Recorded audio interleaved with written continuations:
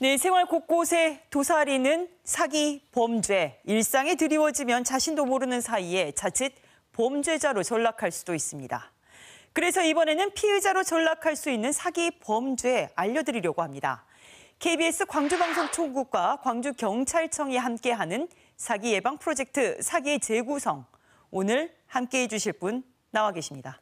안녕하십니까? 네, 안녕하십니까? 네, 직접 소개 부탁드립니다. 안녕하십니까. 저는 광주경찰청 형사기동대에서 의료보험 반장을 맡고 있는 강성범 경감이라고 합니다. 어서 오십시오, 경감님. 반갑습니다. 네, 오늘 저희가 다룰 사기 유형 어떤 겁니까? 바로 간병인 보험 사기입니다. 아, 간병인 보험 사기. 저희가 보험 사기하면 보통 허위 입원한 다음에 이 보험금을 부당 청구하는 거잖아요. 그런데 간병인 보험 사기 좀 생소합니다. 어떤 겁니까? 네, 말씀하신 것처럼 기존의 보험 사기 유형은 허위 입원 후에 보험금을 청구하는 사례가 대부분이었다면 최근에는 허위 간병인 사기가 늘고 있는데요. 이게 뭐냐면 요즘 보험사들마다 간병인 보험을 많이 내놓고 있지 않습니까? 네, 맞아요. 저희도 보험 그러니까 보험을 가입을 하려고 봤더니 특약으로 간병인 보험이 있다라고 소개를 해주시더라고요. 네, 맞습니다. 간병인 보험은 통상 간병업체에서 환자들에게 간병인을 지원해 주지만 환자가 간병인을 직접 사용하고 난 후에 그 기간만큼 간병인에게 지급한 비용을 보험금으로도 받을 수 있는데요. 이 점을 악용해서 부정하게 보험금을 타는 수법이라고 보시면 됩니다. 보통 간병인 일당이라고 하죠. 13만 원에서 15만 원은 그러면 한 달에는 많게는 막 300만 원이 넘어가는 경우도 있던데 그렇다면 이걸 부정 수급한다라면 어마어마하겠어요. 어떤 사례가 적발이 됐습니까? 네, 그렇습니다. 최근 광주경찰청에서 보험금을 탄 피의자 200여 명을 송치했는데요.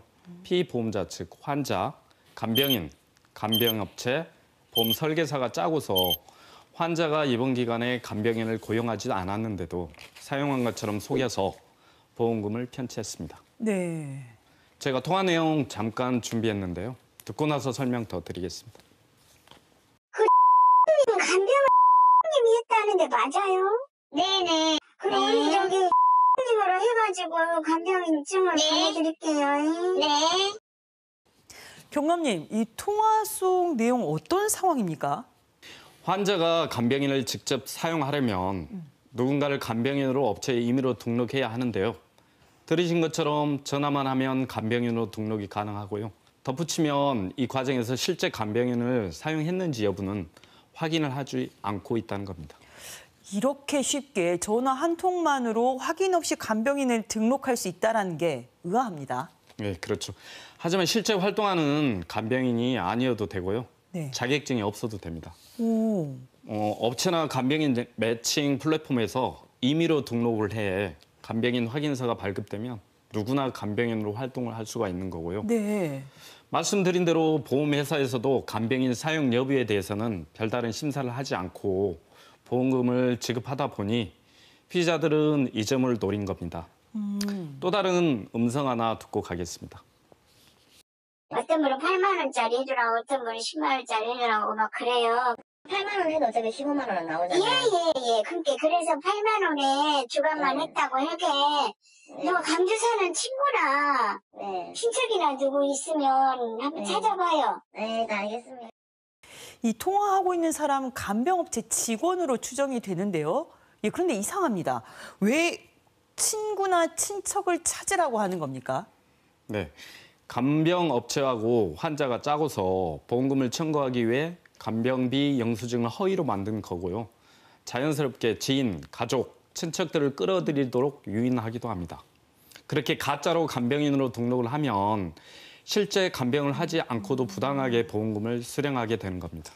이렇게 되면 환자나 가짜 간병인으로 등록한 가족이나 지인 모두가 간병보험 사기범이 되는 거 아닙니까? 네, 맞습니다.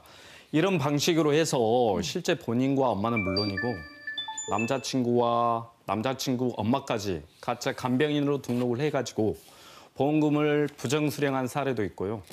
서울에서 직장을 다니는 딸이 강주에 거주하는 어머니 간병인으로 허위로 등록이 돼서 역시나 보험금을 편취한 사례도 있었습니다. 대부분 쉽게 권유할 수 있는 가족이나 친구, 지인들이 가담을 했습니다.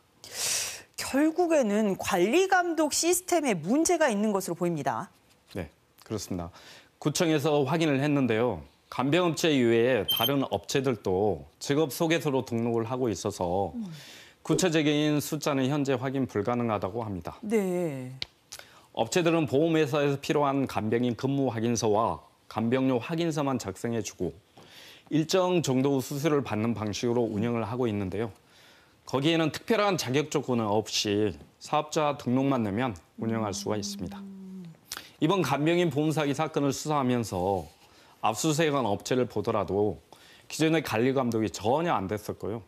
실제로 법적인 제재가 없다 보니까 사기 범죄에 쉽게 노출될 수밖에 없는 구조였습니다. 이번 광주경찰청의 수사로 사실상 제도적인 허점이 노출된 셈입니다. 그렇다면 간병인 보험의 빈틈을 악용한 이 보험 사기 어떻게 예방하면 좋을까요? 네, 먼저 간병비 보험을 악용한 범죄가 늘고 있는 만큼 특별한 자격 조건 없이 네. 간병업체를 설립하거나 간병보험을 청구할 때 특별한 심사 없이 가능한 점 등 맹점이 될 수 있는 조항 보완을 하고 철저한 감독이 이루어져야 할 것 같습니다. 네. 사기의 재구성, 이것만은 꼭 가족이니까 괜찮겠지라는 생각으로 간병을 하지 않고 보험금을 수령하는 것은 명백히 보험 사기라는 점 기억하셔야겠습니다. 네, 알겠습니다. 보험 사기는 보험료 상승으로 이어져 그 피해는 고스란히 일반 소비자들이 떠안게 됩니다. 앞서 경감님께서 언급하신 대로 가족이니까 괜찮겠지라는 생각으로 일부 보험 설계사나 간병업체의 유혹에 혹해서 보험 사기 범죄자가 되는 일 없어야겠습니다. 사기의 재구성, 지금까지 광주경찰청 형사기동대 의료보험 반장이시죠. 강성범 경감님과 함께했습니다. 경감님, 오늘 말씀 감사합니다. 네, 감사합니다.